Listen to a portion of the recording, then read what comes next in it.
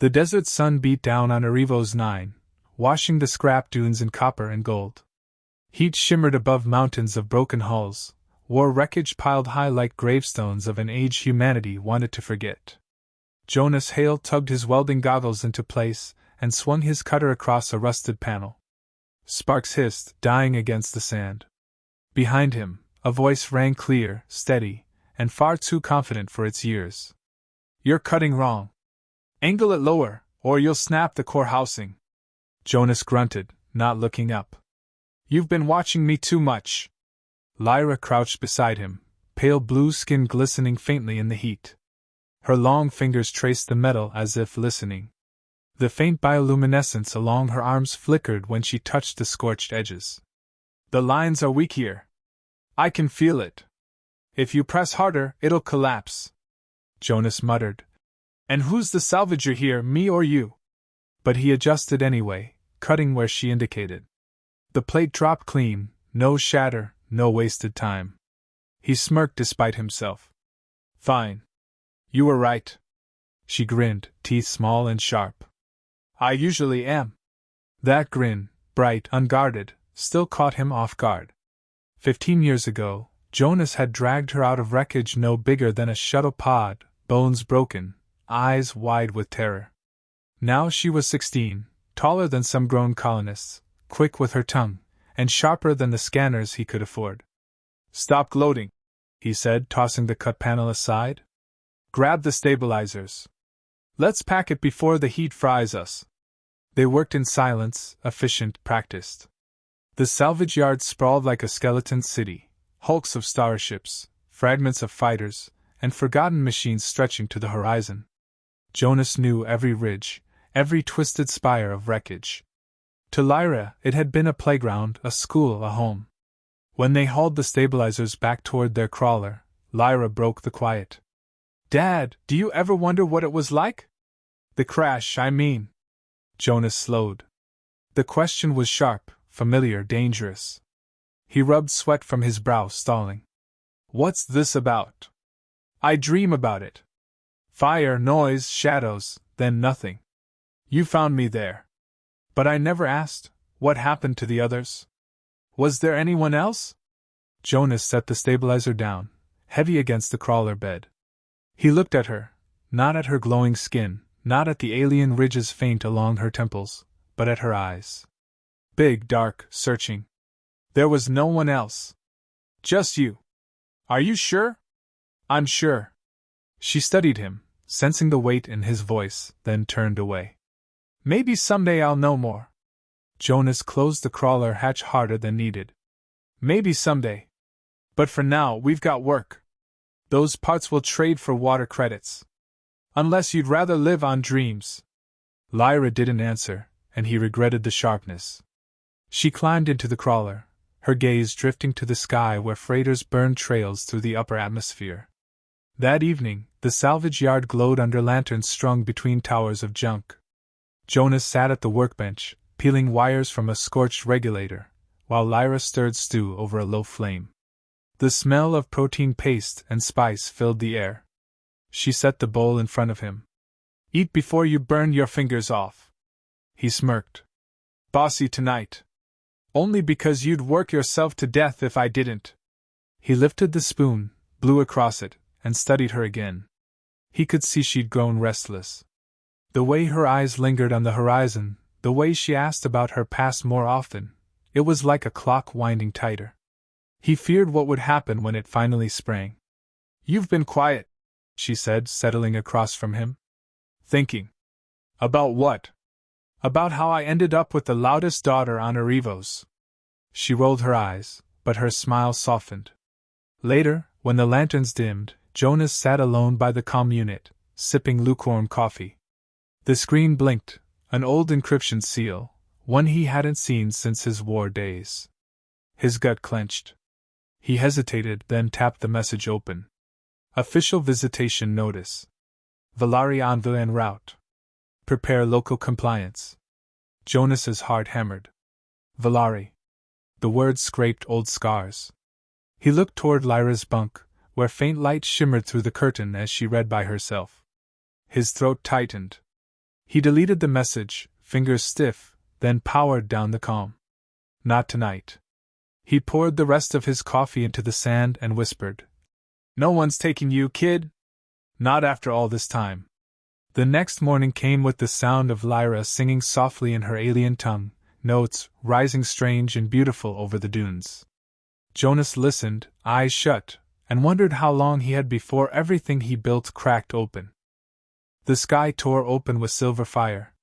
Every colonist in Erivo's 9 central hub stopped where they stood as the Volare cruiser broke atmosphere. Its hull shimmered with living light, shifting like liquid metal, nothing like the blocky human freighters that lumbered through the skies. The ship moved in silence, immense and deliberate, casting its shadow over the colony's shanty roofs. Children pointed, adults muttered, and a silence settled thick across the streets. Jonas shoved his way through the crowd, sweat damp on his back. Lyra walked at his side, wide-eyed, her gaze fixed on the descending vessel. "Stay close," Jonas muttered. "I am close," she whispered, barely breathing. "It's beautiful." Jonas swallowed a curse. He wanted to drag her back to the yard, to shut the doors and lock the world out. But the crowd pressed them forward toward the landing site. The cruiser touched down with impossible grace, dust spiraling like a halo around its hull. A ramp unfolded seamless, and from the mist descended a figure that made the colony fall silent again. Tall. Regal. Every step balanced with an authority that needed no announcement. Her gown shimmered faint blue, cut from living fiber that responded to her pulse. Her hair, pale as silver glass, spilled down her shoulders, yet her face, angular, sharp, eyes black as void, drew every gaze. She looked over the crowd once, then fixed on Lyra. Jonas instinctively stepped in front, hand out as if warding off a predator. The woman stopped at the base of the ramp. Her voice carried, soft yet commanding, echoing through the still air. "My child." Lyra froze. Jonas snapped, "You don't get to call her that." The woman's gaze shifted to him, cold and measuring. "And who are you to decide? I'm the one who kept her alive. I'm the one who raised her. Where the hell were you?" A murmur rippled through the colonists. Some shrank back from the tension, others leaned closer. The woman's jaw tightened, but her tone remained calm.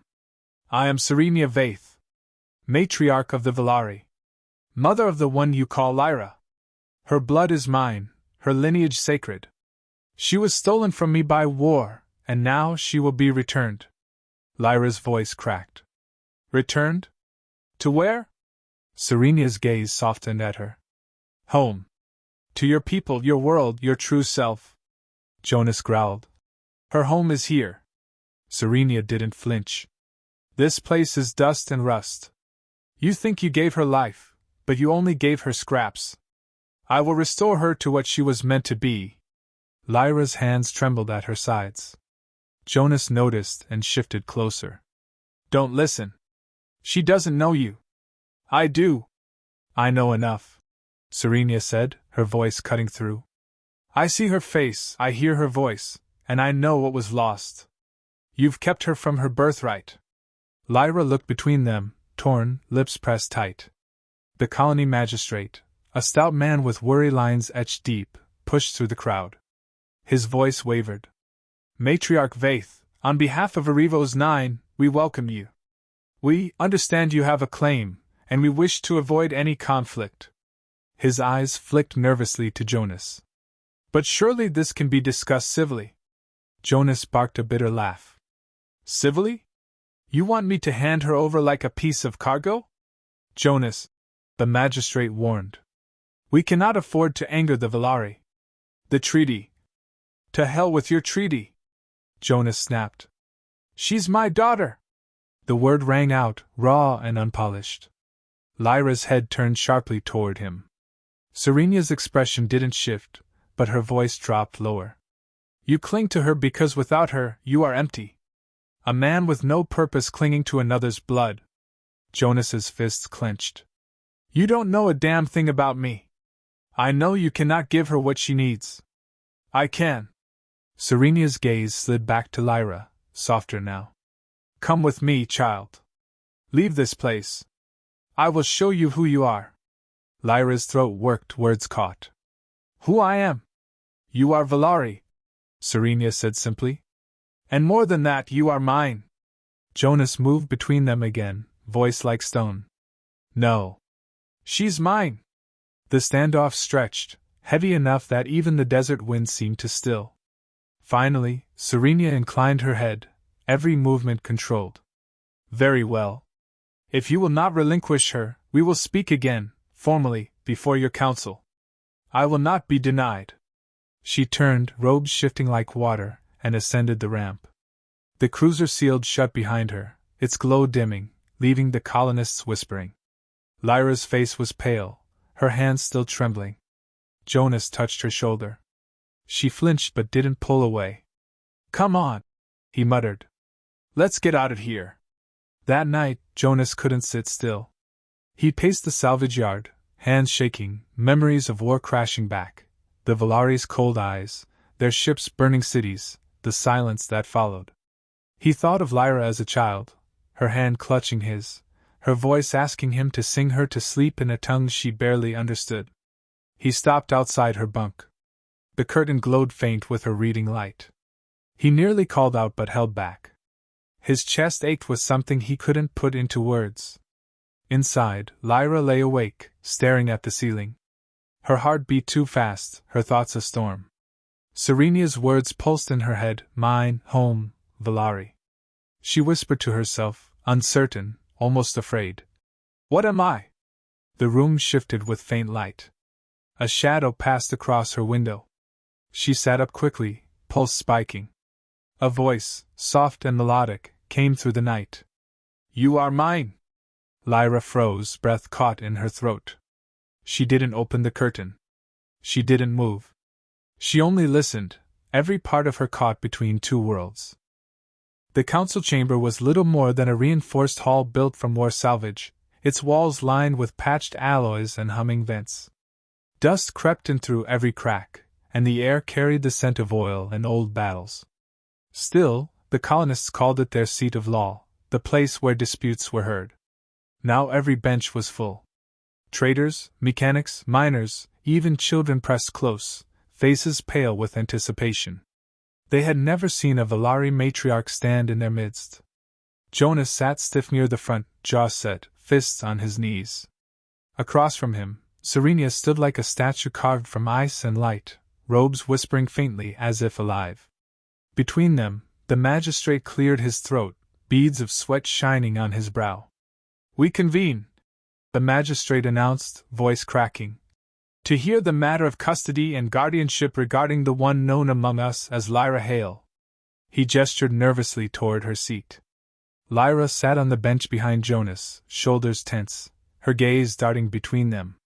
The weight of every eye on her pressed like iron. Serenia's voice was the first to cut the silence. I will speak plainly. This child is Valari by blood. She was lost in conflict, but her identity remains unchanged. She belongs among her people, not abandoned on a backwater colony. I have come to return her to where she was always meant to be. A low murmur spread. Jonas stood, his voice hard. She wasn't lost. She was left. I found her in wreckage, half dead, no one coming, no one caring. I gave her food, a home, a life. She's not your possession. She's my daughter. The magistrate raised his hand, though his voice trembled. Mr. Hale, you'll have your turn. I'm taking it now, Jonas snapped. He pointed at Serenia. You show up after 15 years, after I've done all the raising, and you think you can just, what? Snap your fingers? Take her away like she's a trinket you misplaced? Serenia didn't flinch. Her reply was smooth, controlled. I honor what you did. But she is not human. You can't teach her what she needs to know. She deserves more than survival among rust and dust. She deserves choice. Jonas shot back. Serenia's gaze flicked toward Lyra, then back.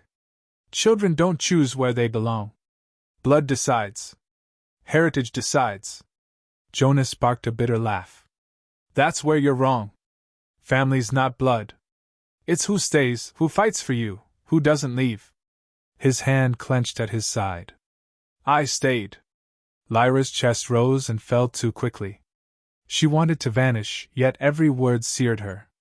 The magistrate shifted uncomfortably. Perhaps the girl herself should speak.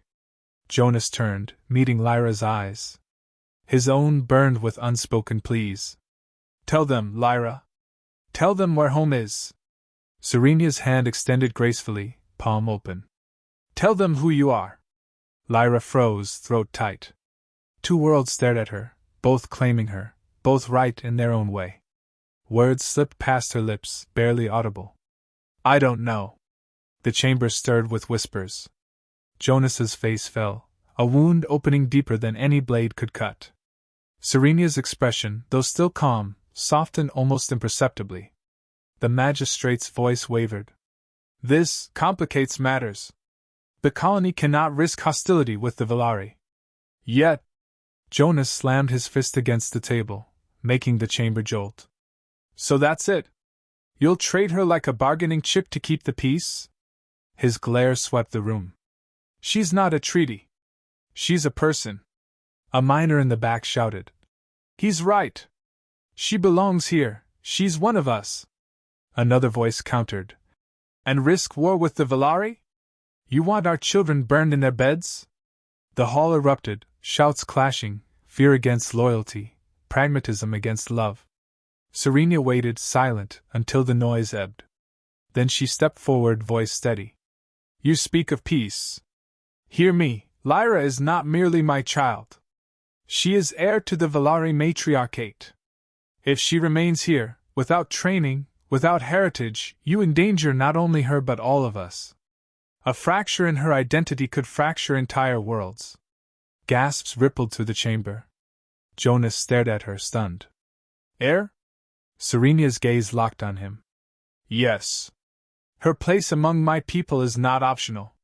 Without her, our order weakens, and others will seize power. Already factions stir. To deny her return is to invite chaos across systems. The magistrate paled, gripping his ledger. Then this is larger than our colony. Larger than any of us. Jonas shook his head violently. Don't twist this into politics. She's not a throne. She's a girl who likes to hum while she works, who burns stew if she stirs too fast, who... His voice cracked, raw. She's mine. Lyra's eyes blurred with tears. She whispered, Dad. The words struck Jonas like a hammer. He turned desperate. You don't want this, do you? Tell her. Tell them. Lyra hesitated. Every memory of Jonas flashed, his rough hands fixing her broken toys, his voice telling her stories of stars, his fierce protection when colonists spat slurs. He was the only father she'd ever known. Yet Serenia's words echoed too, heritage, destiny, Vallari. I don't know what I want, she said at last, voice breaking. The chamber went still. Jonas staggered as if struck. Serenia inclined her head slightly, victory without triumph. The magistrate cleared his throat, sounding far too small. We will recess. The council must deliberate. The gavel struck, but the noise in the chamber didn't fade. Colonists whispered, sides forming, lines deepening. Jonas turned to Lyra, his face carved with anguish. You're not a choice, he said hoarsely. You're my daughter. That's all I need to know. Lyra shook, caught between love and a truth she couldn't deny. Serenia stepped forward, her presence a shadow that swallowed the room. She said softly, for Lyra alone, Blood always calls. Jonas's glare could have burned steel. Not if I can help it. The line between them was drawn. The hall felt it, the beginning of something too big to contain in one chamber, one colony, or one family. And Lyra, sitting between them, understood with a hollow ache, no matter which way she turned, someone's world would break.